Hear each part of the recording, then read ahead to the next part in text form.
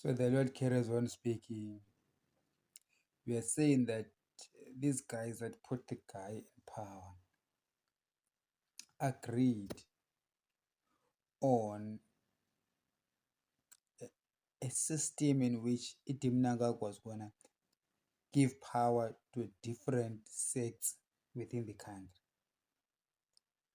Perhaps the Mazezurus supported him because they believed he was gonna fight for their cause. Maybe the Karangas also gave in because they thought that he was also gonna give what they believe is theirs. And the Manyikas also, and the Ndebeles also, they all came together as a union, as the Lord is showing me. That's why I'm keeping on making these videos, because God is keeping on dropping these things to me, that this is like a coalition of people around the country. Okay, people who have got grievances. Okay, I know that the Ndebeles have got their own grievances. They were there. They told him what they wanted to tell him.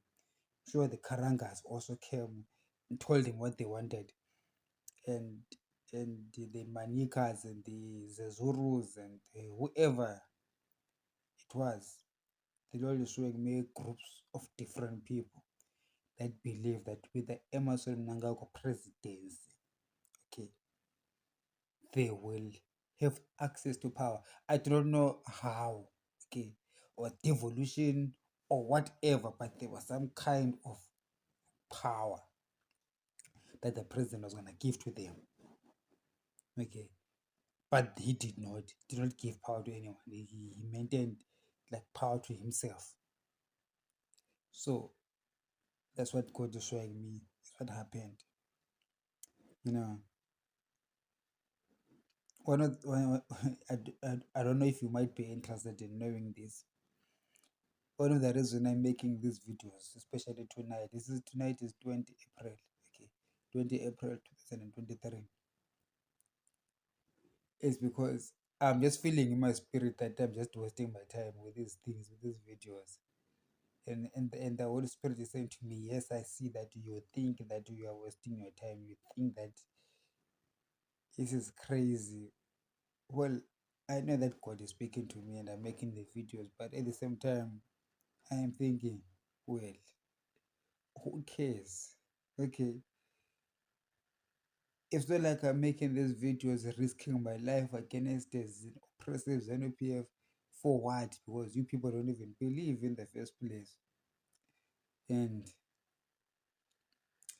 you don't even watch these videos anyway.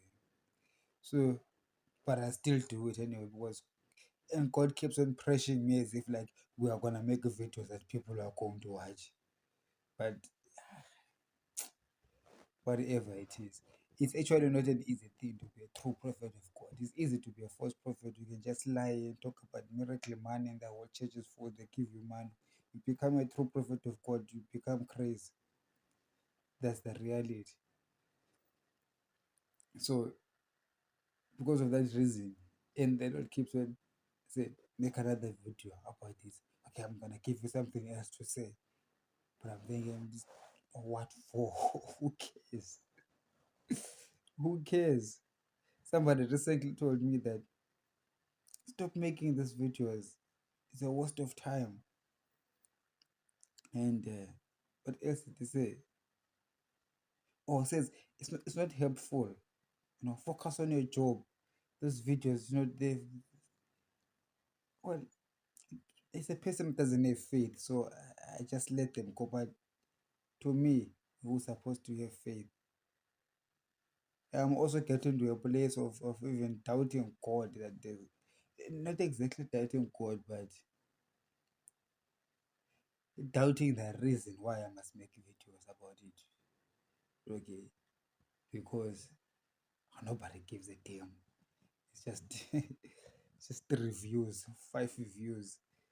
But the Holy Spirit, do you know that I fast a lot and God pushes me. I'm thinking, why must I fast for 5 views?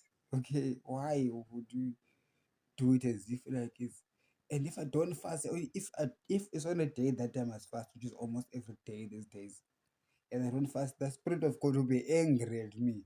And I'm saying, why are you angry at me? Go and ask Chamisa to fast. I think it is the one who wants to take over the country. He's the one that the people listen to. Okay. Eh, but then, if you cannot argue with God, one thing I've learned in the past many years, 20 or 30 years, how many years have I been born again? I don't know. 20 something years. You don't argue with the Holy Spirit. What he says is what he says. Whether it makes sense to you or it doesn't make sense to you, whether you like it or you do not like it, it is what it is. So you are stuck here with me, those of you that have got no choice, but actually you've got a choice of not watching or not listening. But oh me, I've got no choice. I have to keep on making these videos. I have to tell you what God says I must tell you. Whether you think I'm crazy, it's up to you.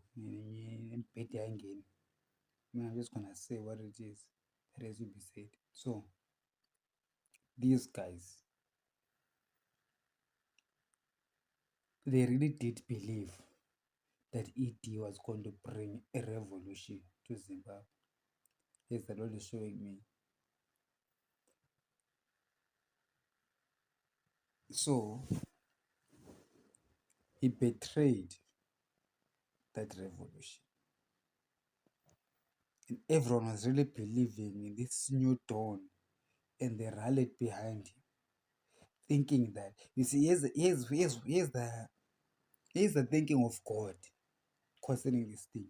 God is showing me that these people did not believe in themselves, that they can take over from Robert Mugabe or lead the transition. They thought that they thought that they needed a strong man. Which God is saying, actually, you did not need a strong man. Like, by strong man, I mean that kind of a hardcore, dictator, kind of African president, kind of dictator. You see, God is saying that they could have used any one of them, whoever was considered weak during that time, would have still become a president, would not have been as violent as Iti Mnangagwa. Iti has unleashed violence already before the one that was coming. In the past 5 years, we do know that some of the people that were involved in bringing to power, very bad things have happened to them in his way of consolidating power. So imagine if they gave that power to somebody else who's not as ruthless as Mnangagwa. So the mistake of these gatekeepers or those that put Mnangagwa in power is that they thought that a strong man will replace Mugabe successfully. But in actual fact, a strong man is not what they needed. Because Robert Mugabe was a strong man who practiced strong man politics. So what you needed was a softer man who was going to be more reliable to the cause of all the gatekeepers. So at the end of the day, now this idea that you need a strong man is a wrong idea. You actually need somebody who is more moderate, as least moderate as possible. Someone who has got a teachable spirit, someone who has got a listening ear. Okay, not someone who's going to kill you for disagreeing with him, or if he thinks that you're a threat, you're dead, or whatever the bad things happen to you. So the politics of strongman, we must do away with that as Zimbabweans. We now have to give political offices to people that are much softer, kinder, gentler. Okay, to avoid that kind of betrayal. And I really do not know if a soft person will not betray you. I don't know, but they are less likely to betray the revolution than putting a strong man. He's strong, but he'll be strong against you and destroy you and turn and destroy you. So you don't need a weak person in this also. You need someone who is stern, resolute, who knows what they believe in, but not to the extent that they become ruthless. All right. Look at the United Kingdom. I was listening to Rishi Sunak, a British Prime Minister, and I'm thinking to myself, this guy's a Prime Minister of Britain during a time when Britain is possibly facing a threat of a World War III, with Russia knocking at the doors of Europe. And they've got an Indian boy who's always smiling and say, oh, British public. He is what a hard guy, like what is American presidents. There's like there's one that I wanted to say, but the name is gone. Okay, it's fine. I'm gonna leave that one. Like those strong men. No, soft guy. Okay. Yeah, Ronald Reagan. I wanted to say Ronald Reagan. He's not a Ronald Reagan kind of president. Very soft. Yet he will lead Britain even through a war. Okay. He doesn't look like a war president. But in any case, he is leading Britain well at the moment. I wish him luck. But what I'm saying is that we do not need strong men, okay, to lead nations. We need lead in this era where the politics is about fighting corruption, fighting poverty. It's an economic warfare more than a military warfare out there. And therefore, we need people who will fight. Okay, I've got biases that I'm trying to speak for myself. I'm trying to campaign for myself at the same time. But besides me, okay, whoever it is that needs to lead Zimbabwe or any African country in this period, it has to be someone who is moderate, who's with a strong man. We need to get away from that strong man politics of men who are hardliners, who have got these crazy ideas of dominance, want to dominate other people, but someone who understands that this is who are building a society, not only for themselves and their families, but for the different groups within the country to satisfy all groups. Right?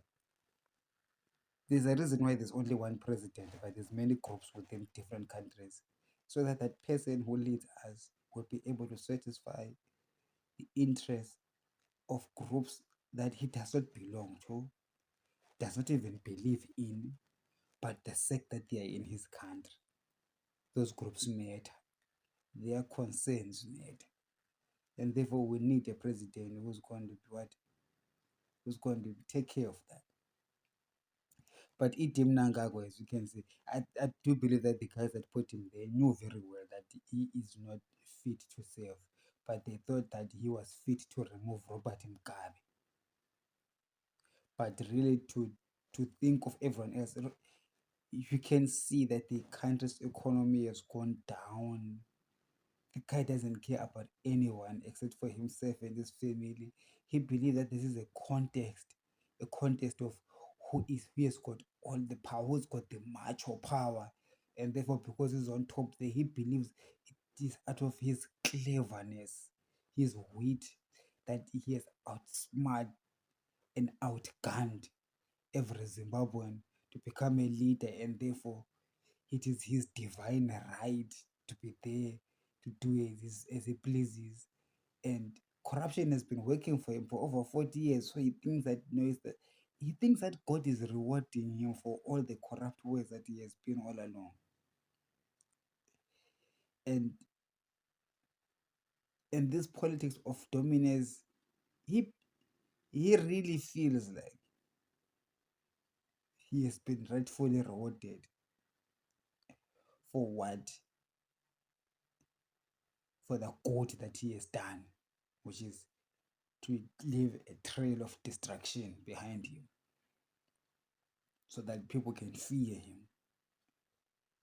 And when he's feared, then he can post and say, yeah, I am the man, I'm the president. That's what being a president means, to be feared. I don't think that is how I would lead a country, through fear.